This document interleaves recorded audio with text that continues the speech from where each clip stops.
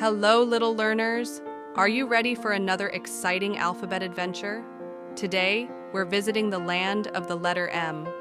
Look, the bright red alphabet train is rolling into the station. The door slowly opens and who do we see?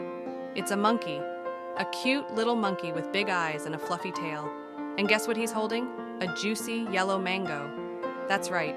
Monkey and mango both start with the letter M. This monkey's name is Max. Max the monkey loves mangoes more than anything. He munches and munches all day long.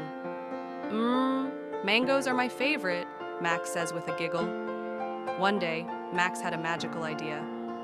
What if I plant a mango seed and grow my own mango tree? So he dug a little hole beside the alphabet train, placed the mango seed inside, and watered it every morning.